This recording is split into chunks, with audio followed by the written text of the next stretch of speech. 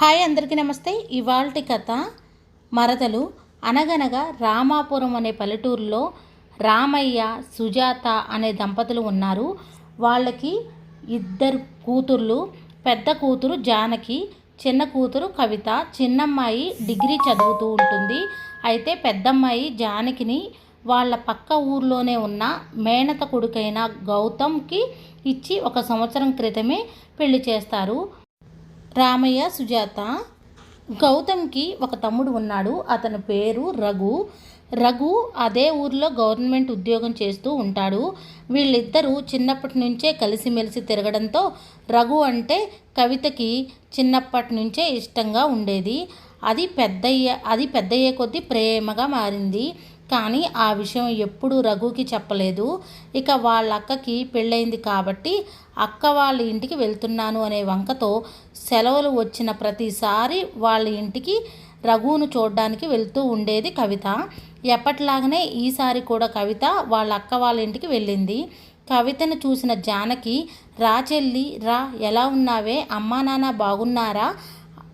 బాగున్నారక్క, ఏంటి విశేషాలు, బావా మీ మరిది అందరూ బాగున్నారా అని కుశల ప్రశ్నలు వేసిన తర్వాత అందరూ కలిసి భోజనానికి కూర్చుంటారు. అప్పుడు జానకి భర్త గౌతమ్, ఏ మరదల పిల్ల, సంబంధాలు చూడమంటావా, మరి ఎండాకాలం పెళ్లి చేద్దామనుకుంటున్నామని అంటారు. అప్పుడు కవిత, ఇప్పుడే ఏంటి బావా పెళ్ళి, చదువు పూర్తయిన తర్వాత ఇంకా 2 సంవత్సరాలు పడుతుంది చదువు పూర్తవడానికి. ఈ చదువు కంప్లీట్ అయిన తర్వాత అప్పుడు చూద్దాంలే అని అంటుంది కవిత. కవిత ఇలా అనేసరికి జానకి భర్త గౌతమ్ ఇలా అంటాడు, కట్నం, పెళ్లి చూపులు ఇవన్నీ టైం వేస్ట్లే కానీ మీ కాలేజీలోనే ఎవరినో ఒకరిని చూసి పెళ్లి చేసేసుకో కవిత, మా మామకు కూడా పని తప్పుతుంది అని రఘు అనేసరికి అందరూ నవ్వుకుంటారు. భోజనం అయిన తర్వాత రఘు, కవిత ఇద్దరూ హాల్లో కూర్చొని టీవీ చూస్తూ ఉంటారు. రఘు కూడా కవితతో సరదాగానే ఉంటాడు. మరదలు కదా అని అప్పుడప్పుడు ఆట పట్టిస్తూ ఉంటాడు. కవిత స్నేహితులందరూ కాలేజీలో ఇంకెప్పుడు మీ బావకి నీ ప్రేమ గురించి చెప్తావు, ఇంకా నువ్వు చెప్పేదే లేదులే అని ఆట పట్టిస్తూ ఉంటే ఈసారి ఎలాగైనా చెప్పాలి అనేసి నిర్ణయించుకొని ఇక్కడికి వచ్చింది. ఆ రోజు తన ప్రేమ గురించి రఘుకి చెప్పాలని ప్రయత్నించిన కవితకి మాత్రం ధైర్యం సరిపోక ఆగిపోయింది. ఇలా 2 రోజులు గడిచిపోయాయి. ఇక ఒకరోజు ధైర్యం చేసి, నీతో ఒక విషయం చెప్పాలి బావా అని ఇద్దరూ కలిసి మేడ మీదకి వెళ్ళారు. ఏంటే ఏదో చెప్పాలంటున్నావు, ఏంటి చెప్పు అని రఘు అనేసరికి, బావా అది నేను నిన్ను ప్రేమిస్తున్నాను బావా, మన ఇద్దరం పెళ్లి చేసుకుందామని కవిత అనేసరికి రఘు ఒక్కసారిగా ఆశ్చర్యపోతాడు. ఏంటి కవిత, ఏం మాట్లాడుతున్నావు నువ్వు? మనం చిన్నప్పటి నుంచి కలిసిమెలిసి తిరిగాం. అసలు నీ మీద నాకు అలాంటి ఫీలింగ్సే లేవు. అయినా మేనమామ కూతురని మీ అక్కని మా అన్న చేసుకున్నాడు. ఇంకా నిన్ను చేసుకోవడానికి మా అమ్మ వాళ్ళు అస్సలు ఒప్పుకోరు. అసలు మా అమ్మ వాళ్ళు కాదు, ముందు నాకు ఇష్టం ఉండాలిగా. నువ్వంటే నాకు అలా ఏ ఇష్టం లేదు. ఒక బావగా నీతో సరదాగా ఉన్నాను, అంతేకాని నేను నిన్ను ప్రేమించలేదు. పెళ్లి చేసుకోవాలన్న ఇష్టం కూడా నాకు లేదు. ఇక్కడికిక్కడే మర్చిపో. ఇంతకు ముందులాగే మనం సరదాగా గడుపుతాం. నన్ను దయచేసి నీ మీద నాకు ఎలాంటి ఫీలింగ్స్ లేవు. నన్ను నువ్వు తప్పుగా అనుకోవద్దు. నువ్వు ఇక్కడితో నన్ను మర్చిపో. ఇంతకు ముందులాగే మనం సరదాగా గడుపుదాం అని చెప్పి రఘు అక్కడి నుంచి వెళ్ళిపోతాడు. తన ప్రేమని ఖచ్చితంగా అంగీకరిస్తాడు అనే నమ్మకంతో ఉన్న కవిత రఘు దగ్గర నుంచి ఆ మాటలు వినేసరికి ఒక్కసారిగా తట్టుకోలేకపోయింది. తనలో తాను కుమిలి కుమిలి ఏడుస్తూ బాధపడుతూ ఉండేది.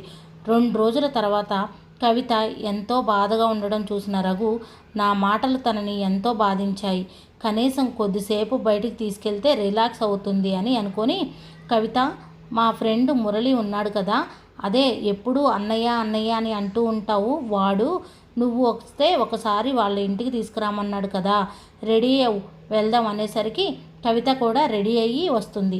అయితే ఈ మురళి భార్య సౌమ్య, రఘు ఈ ముగ్గురు ఎప్పటి నుంచో మంచి స్నేహితులు. వాళ్ళిద్దరూ కవితకి కూడా బాగా తెలుసు. వాళ్ళకి నా ప్రేమ గురించి చెప్తే మా బావని తప్పకుండా ఒప్పిస్తారు. వాళ్ళు చెప్తే మా బావ కాదనడు అన్న ఉద్దేశంతో కవిత కూడా రఘుతో బయలుదేరి వాళ్ళ ఇంటికి వెళ్తుంది. చెల్లెమ్మ బాగున్నావా అమ్మా, ఎప్పటి నుంచో తీసుకురామంటే వాడు ఇప్పుడు తీసుకొచ్చాడు నిన్ను. కవిత బాగున్నావా, ఇదిగో మజ్జిగ తాగు, రఘు ఇదిగో మజ్జిగ తీసుకో అని ఇద్దరికీ మజ్జిగ ఇస్తుంది సౌమ్య. బాగున్నాను అన్నయ్య, బాగున్నాను సౌమ్య. మీరు మీరు ఎలా ఉన్నారని కవిత అడుగుతుంది. ఇలా కుశల ప్రశ్నలు వేసిన తర్వాత కవిత బాధగా ఉండడం గమనిస్తుంది సౌమ్య. అదేంటో తెలుసుకుందామని తన రూమ్లోకి తీసుకెళ్ళి అడుగుతుంది సౌమ్య. ఏంటి కవిత అలా ఉన్నావు? వచ్చిన దగ్గర నుంచి చూస్తున్నాను, అలా బాధగానే ఉన్నావు, ఏం జరిగింది అని సౌమ్య అడుగుతుంది. కవిత బాధపడుకుంటూ, అదే సౌమ్య, నాకు మా బావ అంటే చాలా ఇష్టం. అతను ఒప్పుకుంటే మేమిద్దరం పెళ్లి చేసుకోవాలని ఎన్నో కలలు కన్నాను. నిన్ననే తనకి నా ప్రేమ గురించి చెప్పాను. ఖచ్చితంగా తను అంగీకరిస్తాడనే నమ్మకం అనుకున్నాను. కానీ అతను నన్ను రిజెక్ట్ చేశాడు. నువ్వు మురళి అన్నయ్య మీరిద్దరూ చెప్తే మా బావ ఖచ్చితంగా వింటాడు. దయచేసి నా ప్రేమ మా బావకు అర్థమయ్యేలాగా ఒప్పిస్తారా అని అడుగుతుంది. అప్పుడు సౌమ్య, ఓ ఇంతేనా, ఈ మాత్రం దానికి అంతగా అడగాల, పద మీ బావ సంగతి చూద్దాం అని చెప్పి వాళ్ళ దగ్గరికి వెళ్తారు. ఏంటి రఘు, కవిత నిన్ను ప్రేమిస్తుంటే నువ్వు వద్దని చెప్పావంట. అమ్మాయి నిన్ను పెళ్లి చేసుకుంటాను అంటుంది. నీకేంటి సమస్య? అయినా ఈ రోజుల్లో బయట పిల్లల్ని చేసుకోవడం కంటే చిన్నప్పటి నుంచి నువ్వు చూస్తున్నావు కదా ఎలా పెరిగిందో, చూడడానికి కూడా ఎంత బాగుంది. అమ్మాయిని చేసుకుంటే బాగుంటుంది కదా రఘు. ఒక అమ్మాయి నీ దగ్గరకు వచ్చి సిగ్గు విడిచి నిన్ను ప్రేమిస్తున్నానని చెప్తే అలా వద్దని చెప్పడం తప్పు కదా. పైగా నీ మరదలే, చేసుకోవచ్చు కదా అని సౌమ్య అంటుంది. అప్పుడు మురళి, ఏంట్రా నా చెల్లి ప్రేమిస్తుంటే వద్దంటావా? అయినా ఇంతకంటే మంచి అమ్మాయి దొరుకుతుందా నీకు అని అనేసరికి, అది కాదురా మురళి, మేము చిన్నప్పటి నుంచి కలిసిమెలిసి తిరిగాం. ఆ అమ్మాయి మీద నాకు ఎలాంటి ఫీలింగ్స్ ఏమీ లేవు. అది కాదు రఘు అని సౌమ్య ఏదో చెప్పబోతుంటే, ఇంకేమి చెప్పకు సౌమ్య, ఈ విషయం ఇక్కడితో ఆపేస్తేనే బాగుంటుంది. నువ్వేమీ అనుకోకు కవిత, ప్లీజ్ ఈ విషయం ఇక్కడితోనే నువ్వు మర్చిపో అని చెప్పి కవితను తీసుకొని మళ్ళీ వాళ్ళ ఇంటికి వెళ్ళిపోతాడు రఘు. అయితే రఘు ఎక్కువసేపు ఫోన్లో చూడడం, చాటింగులు చేయడం, ఫోన్లో ఎవరితోనో మాట్లాడడం, ఇవన్నీ కవిత వచ్చిన దగ్గర నుంచి గమనిస్తూనే ఉంటుంది. కవిత ఫోన్ ఇవ్వమని ఎన్నిసార్లు అడిగినా ఇచ్చేవాడు కాదు రఘు. ఇలా రఘు ఎవరినో ప్రేమిస్తున్నాడు అన్న అనుమానంతో ఒకసారి రఘు ఫోన్ ఛార్జింగ్ పెట్టినప్పుడు తనకు తెలియకుండా ఫోన్ చెక్ చేస్తూ ఉంటుంది కవిత. దానిలో స్వీటీ అనే అమ్మాయి పేరుతో చాటింగ్ ఇలా ఉంటుంది. నువ్వు గనక కవితను పెళ్లి చేసుకున్నావనుకో, నిన్ను అక్కడే చంపేస్తాను. కవితనే కాదు ఇంకా నేను నిన్ను తప్ప ఎవరిని పెళ్లి చేసుకోను. ఎప్పుడూ మన బంధం ఇలానే ఉండాలి అని ఇటువైపు నుంచి రఘు అన్నాడు. నీ మరదలు నిన్ను బాగా ప్రేమిస్తుంది కదా, ఆ ప్రేమకు నువ్వు మారిపోతావేమో. ఇందాక మా ఇంటికి వచ్చినప్పుడు చూశానులే అని మెసేజ్ ఉంటుంది. కానీ కవితకి ఏం అర్థం కాదు.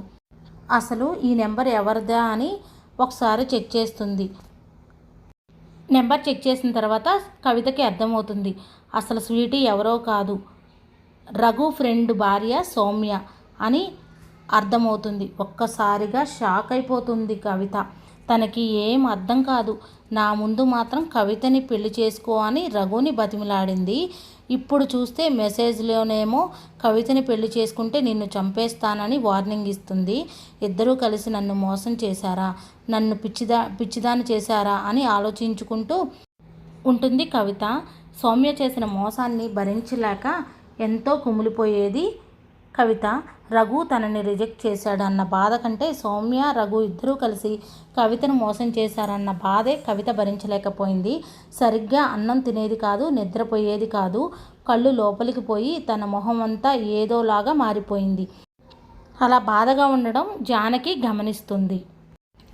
జానకి తన చెల్లిని గమనించి, ఏంటి నువ్వు 2 రోజుల నుంచి అలా ఉంటున్నావు అని జానకి కవితని అడుగుతుంది. సరిగ్గా తినట్లేదు, నిద్రపోవట్లేదు, ఆ మొహం చూడు ఎలా అయిందో అని జానకి కోపంగా నిలదీసేసరికి కవిత జరిగిన విషయం మొత్తం చెప్తుంది. ఏం మాట్లాడుతున్నావే నువ్వు? రఘుని ప్రేమించడం ఏంటి? రఘు సౌమ్య మధ్య సంబంధం ఉండడం ఏంటి? అసలు ఏం మాట్లాడుతున్నావు నువ్వు? అవునక్క, నేను చెప్పేదంతా నిజమే. నేను బావని ఎంతగానో ప్రేమించాను. కానీ వాళ్ళిద్దరూ కలిసి నన్ను మోసం చేశారక్క. అసలు ఆ అబ్బాయిని ప్రేమించాలని నీకు ఎలా అనిపించిందే కవిత? నీకు తెలుసు కదా మీ బావ నన్ను కట్నం లేకుండా పెళ్లి చేసుకున్నాడని.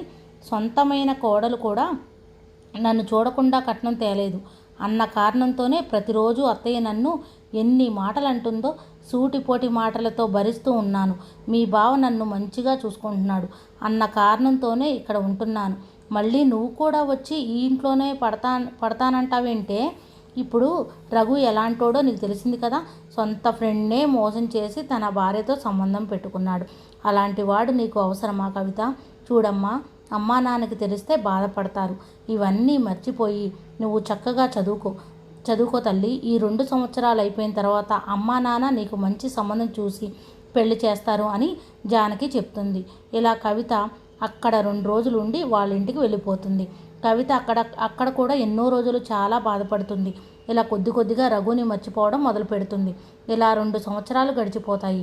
రఘుని పూర్తిగా మర్చిపోయి సంతోషంగా ఉంది కవిత.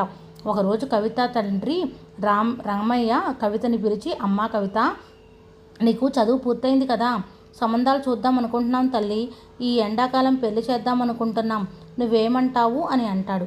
అప్పుడు కవిత సరే నాన్న మీ ఇష్టం అని చెప్తుంది. తర్వాత కవిత తన రూమ్లోకి వెళ్ళి పడుకొని ఫోన్ చూస్తూ ఉంటుంది.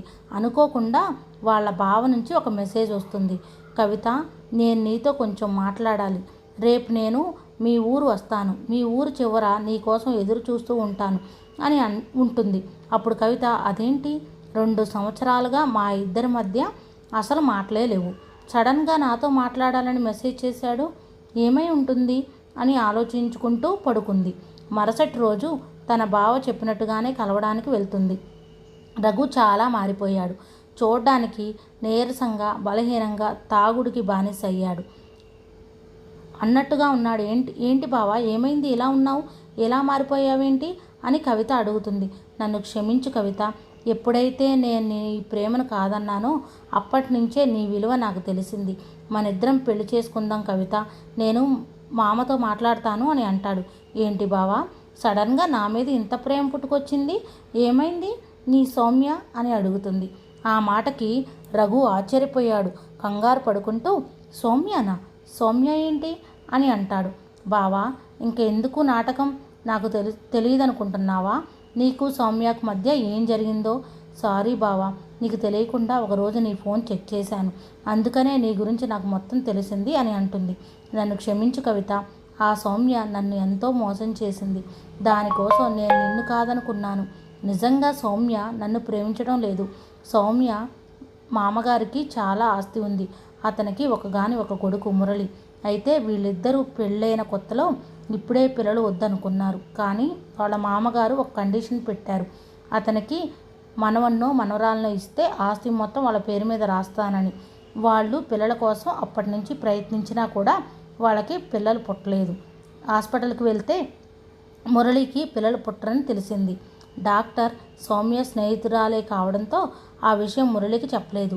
ఆ ఆస్తి కోసం పిల్లల్ని ఎలాగైనా కనాలని చెప్పి నాతో స్నేహం పెంచుకుంది. బాబు పుట్టిన తర్వాత నాతో మాట్లాడడమే మానేసింది. కానీ నేను మాత్రం సౌమ్యాని మనస్ఫూర్తిగా ప్రేమించాను. ఇలా తాగుడికి బానిసయ్యాను. ఇదే కోపం మీద ఒకసారి మాపై అధికారి మీద చేయి చేసుకున్నాను. అందుకనే నన్ను జాబ్లో నుంచి తీసేశారు అని చెప్తాడు కవితతో. అప్పుడు నువ్వు నాకు గుర్తొచ్చావు.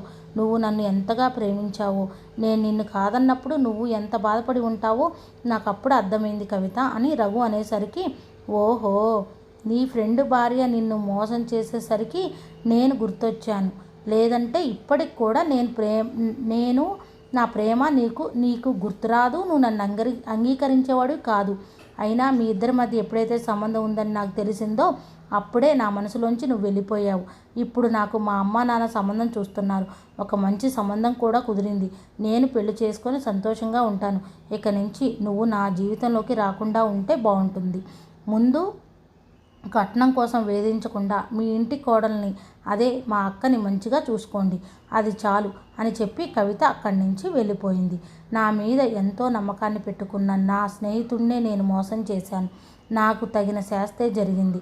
ఇప్పుడు నాకు జాబు పోయింది, నన్ను ప్రేమించిన అమ్మాయి నాకు దూరమైంది, నాకు ఇలాగే జరగాలి అని బాధపడుకుంటూ రఘు కూడా అక్కడి నుంచి వెళ్ళిపోయాడు. ఈ స్టోరీ మీకు ఎలా అనిపించింది? స్టోరీపై మీ అభిప్రాయాన్ని కామెంట్ రూపంలో తెలియజేయండి. మన ఛానల్ని ఫస్ట్ టైం చూస్తున్నట్టయితే సబ్స్క్రైబ్ చేసుకోండి. Thank you for watching. Bye అండి.